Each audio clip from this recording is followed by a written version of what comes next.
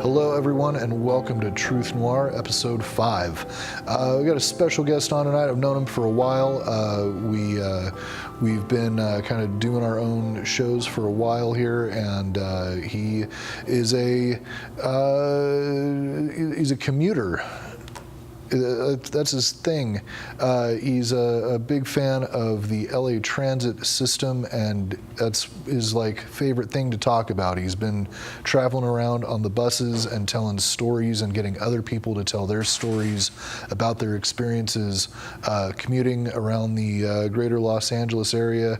He's had some newspaper articles printed in the LA Times, and is overall just a cool dude. I want to say hello to Scott Schultz. Thanks for coming on, man. Thank you, Norm. Nice to see you. Now, you were doing your Busted show for a while now, right? This is like a few years now. Yeah, we're going on 5 years. Yeah. And so tell us a little bit about it. What is it about riding the bus and being involved in the sort of LA public transit community that you like so much? Busted is true stories about getting around LA told by people who don't drive. So they are stories that take place on the buses and trains. They also take place on bicycles, sidewalks, skateboards, all ways of getting around LA other than driving. And obviously the bus and the trains are the largest part of that. And I think that part of the reason the show is so popular and connects with people is because it's a real microcosm of a certain segment of Los Angeles that often goes unnoticed, almost ignored in a city that's so car conscious and star conscious. Exactly, yeah. And I think that the stories, because they all take place basically people just trying to get from point A to point B. We have weird characters. People are randomly assigned. You never know who's going to sit next to you, or right, yeah. or maybe 3 seats away from you on any given ride. Sometimes you're the story. Sometimes the story comes to you.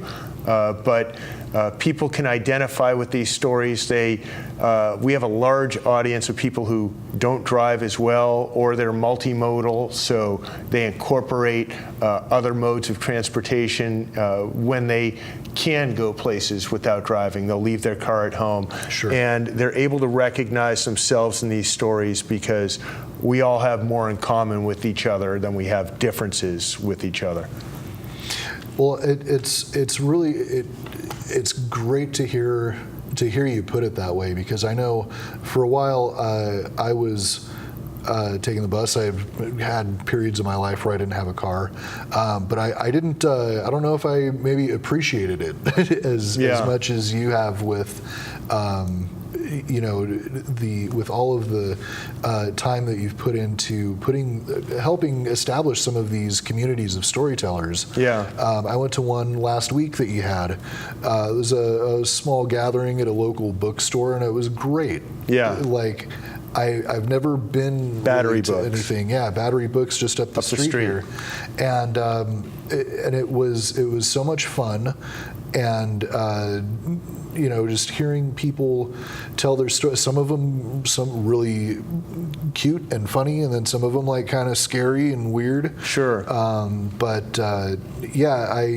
I don't think I appreciated my time on the bus Yeah, when I was there. So I appreciate that you are enthusiastic about it, because it is a institution that is there for people who either can't maintain a car or just like to travel around and get to know the city that intimately on all of those little side streets. So and I know you've been pretty active writing also. You had an op-ed piece in the LA Times recently. Yeah, I try to get involved in all elements of public transit and just LA commuting in general, safer streets. Because over time, as I found my audience over the years, it first began with comedians and musicians who are, from my friends in the Echo Park area, and then it expanded into what would be considered new urbanists, people that are concerned with future mobility and greener commuting. Sure. And then from there, I started becoming friendly with activists and city-based organizations and larger nonprofits. And through that, I would start going into these deeper conversations, and I would be thinking about my city in different ways. And that led to me thinking about the fact that the crosswalks in Los Angeles were very unsafe. And LA has been focusing for a few years on that. They have a Vision Zero program, which has been very successful in other cities.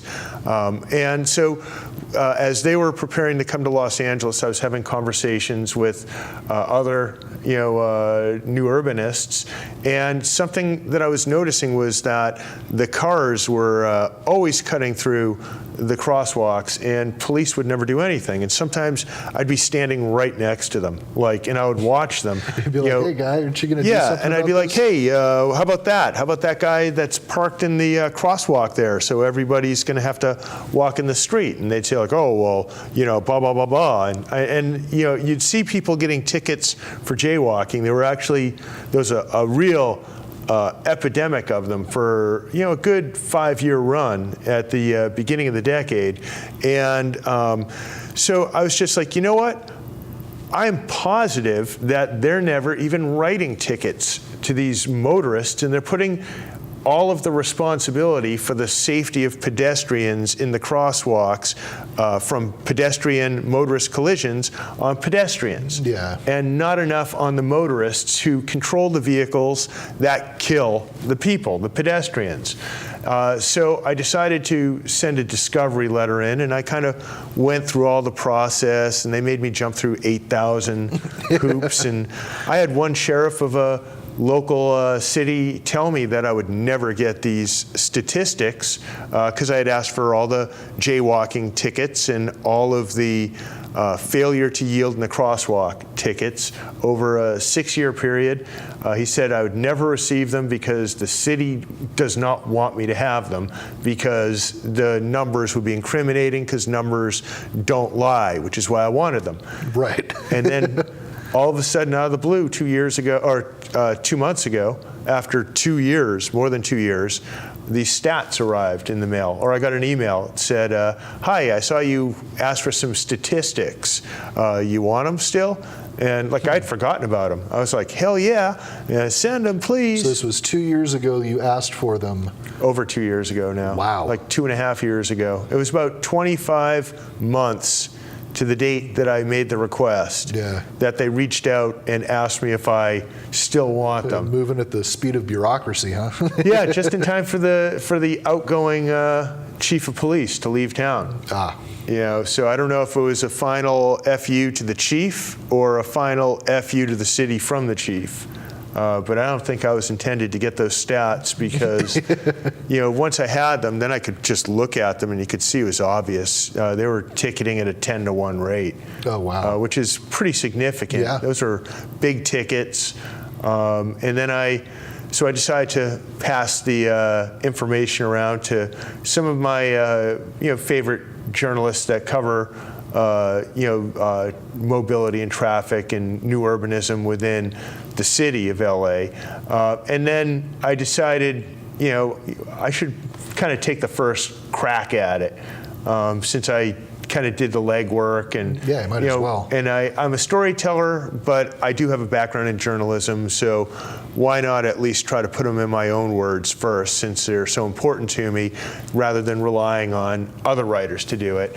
And so I submitted it, and they picked it up. I got contacted by their editor and went through about 4 or 5 drafts, but I was really happy with the final product, and it helped me really articulate the message I wanted to get across, and it resonated because we got hundreds of comments off it. Oh, really? Oh, yeah. Over 50 in print within a day, on the Times site, and hundreds in Twitter. One mistake that, because I'm not used to publishing in, papers with my busted Los Angeles site, I forgot I had my personal email. So I got a lot of nice emails, but I did get one or two like MAGA. And yeah, it's like, okay, dude. And are you even from LA? That's also, I'm trying. This is why I wrote the article. Yeah, right.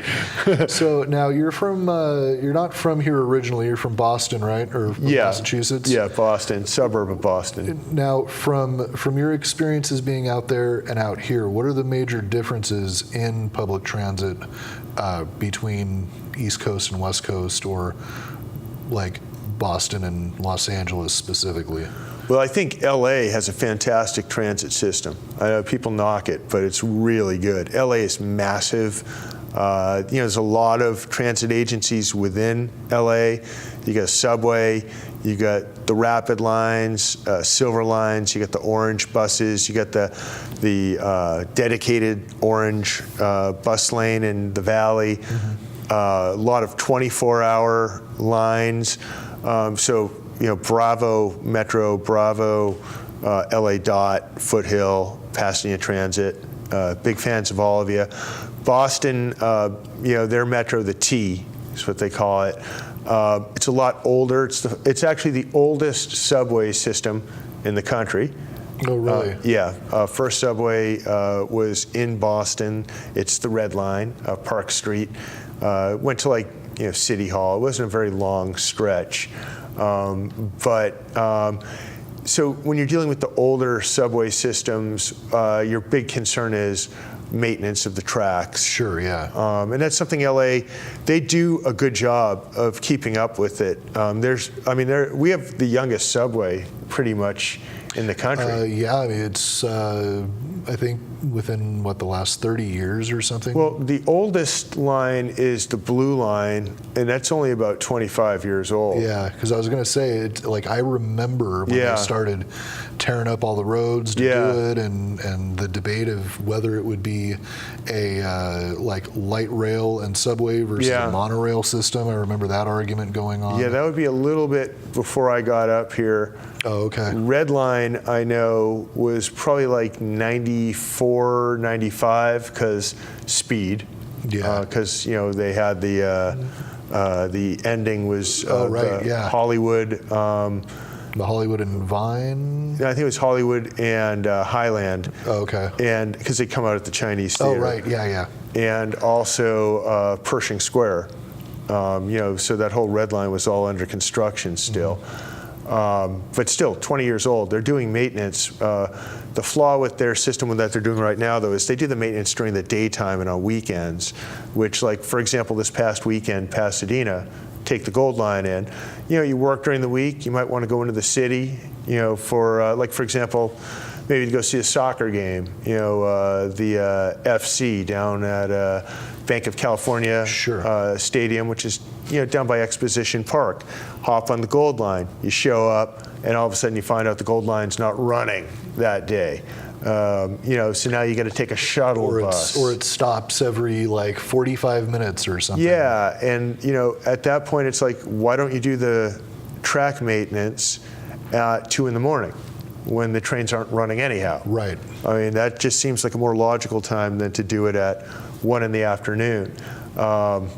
But Boston, though, and New York and places like that, they have maintenance issues, and the trains will literally shut down. Like the hurricane that hit New York City a couple of years ago. Once salt water gets in there, snow, dealing with that. Yeah, snow is always destroying an issue. all of your electrical and. Yeah, and snow is always an issue anyhow. Just the weather in general, dealing with public transit. In Boston, one of the flaws with their public transit system is that their trains stop running after about midnight, I believe it is, but the bars close at 2. So yeah, it doesn't make sense. and the clubs, like the music clubs, like the headliners, don't finish until about 12:30. Because in Boston, at the clubs, the headliners go up last, as compared to LA, where the headliners will go up third. So the headliners finish at 11, and then you have the last band that's just there to keep the drinks. Right. But in Boston, the headliners go up last. And so as a result, a lot of the time you have to run out and catch the train before the band that you paid to see is done, because if you miss that last train, Boston is basically like an island or like a peninsula surrounded by harbor, and you can't get over the bridge. Oh, wow. These days, I guess you can get an Uber, and it might cost you like $20 to get over the bridge. Right. But still, you know, it's the principle of the thing. Yeah, a major city where you're trying to get people to come in, especially bridge and tunnel people, which in this town would be like valley and desert people. You know, you have to be able to accommodate them with public transit later into the evenings. And you know, and LA is pretty good about that. You know, the Gold Lines run fairly late. Like they don't go till 2, but they go till 1. That's not bad. And then you have your 24-hour buses, or at least you can take the trains out to where you can get a reasonable Uber, you know, price. And you know, so there's a lot of ground to cover in LA. LA does a really good job. Yeah, it's I mean, it's like hundreds, probably thousands of miles of rail just in LA alone that those things travel on. And they've kept adding new lines that make more stuff accessible. Like now you can get to the Science Center. You can. They're working on getting you all the way out to Santa Monica pretty soon, right? It already does go all the way to Santa Monica. Oh, okay. The Expo Line opened a year ago, and it goes from 7th Street Metro Center, and then it cuts past Trade Tech, USC, goes to Culver City, and then it extends through all the way past the mall, you know, down on Pico, Westgate, and then goes down to 4th, you know, down by the pier, downtown Santa Monica. Okay. Yeah, it's really good. What they ought to do now is make more dedicated bus lanes. I think that's the way to go, because it's a lot easier to just take a road, make it a one-way, like what they have in the Valley. The Valley line is great. They should do something that runs parallel to Sepulveda. And that way it goes, something that might go even from like the airport all the way to the north end of the West Valley. That area is really ignored. And it's kind of a little island out there. It's hard to reach every pocket of LA because LA is so big.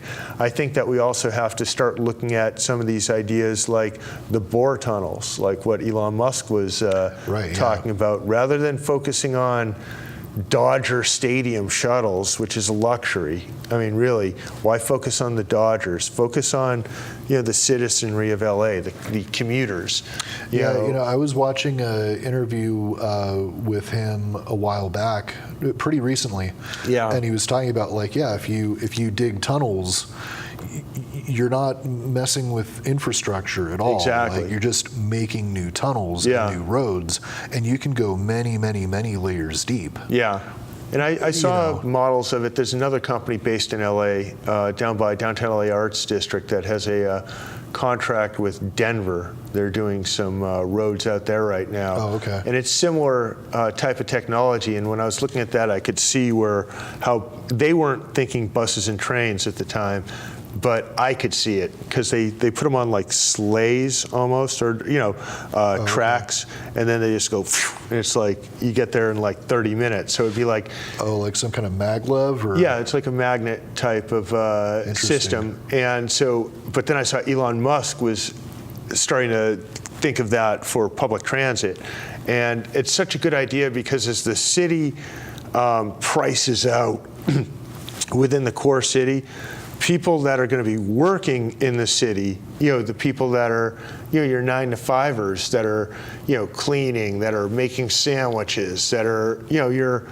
actual blue collar paycheck, people, they're going to be living further and further away because they're not going to be able to afford to live in greater LA. It's too expensive already. Well, I mean, that's been happening for a while. And so right now they're going out towards like Pacoima or, beyond like Diamond Bar or wherever. And eventually they're going to all be going out to like Palmdale and Lancaster and that far away.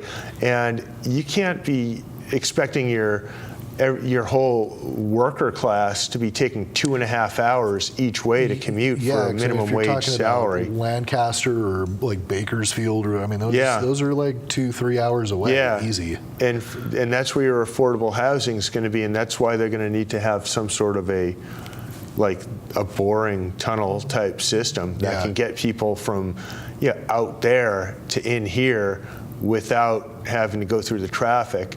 And once they have an effective system like that, the people in cars will want to be a part of it because it'll be faster, it'll be more efficient, and and it's just cleaner. Yeah, I mean, who wouldn't want to do something that would not interfere with current traffic? Right, like it's not like you would be doing freeway construction, having lanes of the freeway closed while this is going on. You're digging under the ground, however many layers deep, and you can have trains and you can have actual car traffic, all coexisting together, all of which eventually will make a massive alleviation in actual surface road traffic.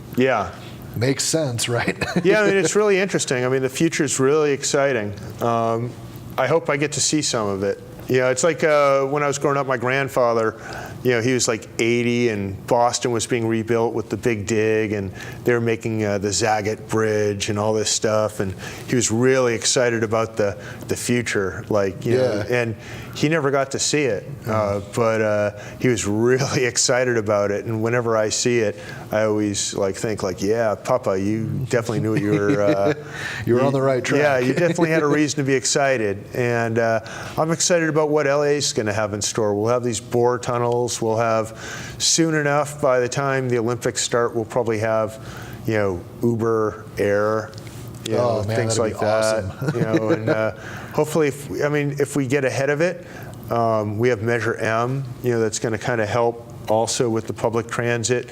LA can really be the mobility capital of the world. We can go from being the worst city, which we were built sprawled out. Right. But because of that initial error in the way our city was built, we'll be the leaders of the correction. Right. Yeah.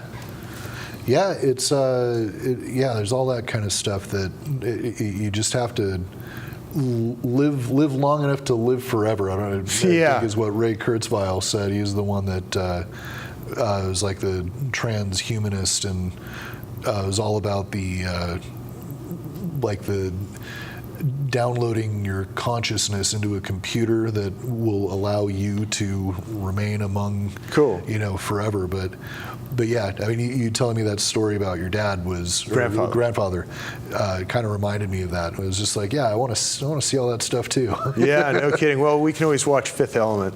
Yeah, I think that's probably Blade Runner. Turn out. When I go to the events like the alternative and future mobility events, and I talk to some of the leaders of future mobility about so what's coming, and they go, all you got to do is watch sci-fi. They see it and they're like, oh yeah, that's a good idea. And usually sci-fi people are kind of thinking the same way. The only difference is that the scientists, they're actually doing the mechanical engineering, where the writers are just kind of talking about the extrapolating. Yeah, exactly. Kind of visualizing it, minus the math. Yeah. Yeah. Yeah. Well, it's one of those does the art imitate life, or does life imitate the art? Like with the Star Trek communicators looking like cell phones. Well, is that why our cell phones looked that way for a while? Yeah, it's true. But so do you have any shows coming up recently that you want to? Yes, I do. Want to do some promo for? Okay. Well, on the 30th of September, this coming Sunday, I don't know when this airs, but Sunday, September 30th, I will be bringing Busted to Echo Park at our home terminal, Stories, Books, and Cafe, in 1716 Sunset Boulevard. It's at 5 p.m. We're always there on the final Sunday of every month. And we're also in Pasadena on the third Wednesday of every month at the Battery Books and Music, 26 South Los Robles at 8 p.m. And you can always find out more by going to our website, bustedlosangeles.com. We're on Twitter, Instagram, Facebook, all that. And we're always looking for new storytellers. Right on, man. Yeah, like I said, I had the pleasure of going to your last one up at Battery, and it was a lot of fun. It was really like a very sort of felt like a small like hometown little gathering of friends telling stories, but they were just people I had never met before. Yeah, you know. Yeah, everyone was really cordial and had a bunch of fun stories to tell, and so, and it's just something in general the world needs more of. Yeah, you know, it's a great community. It's the good and the bad. It's the community and the outcast. It's the ugly and the beautiful, and it's everyday life, and every story is true.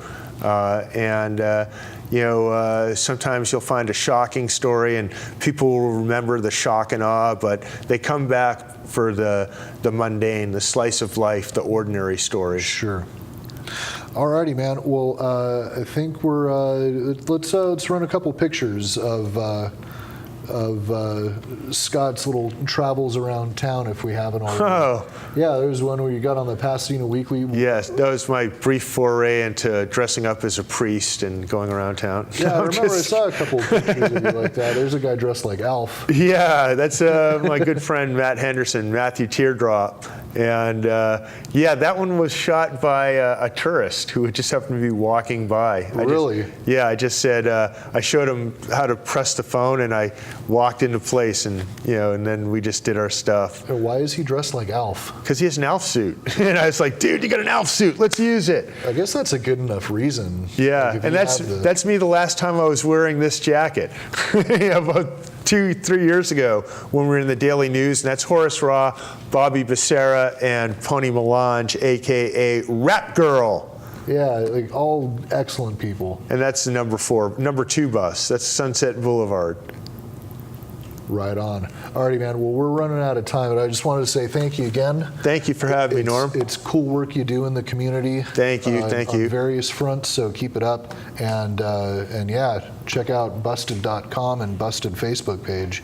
We're going to be signing off here right now. That's what we're doing.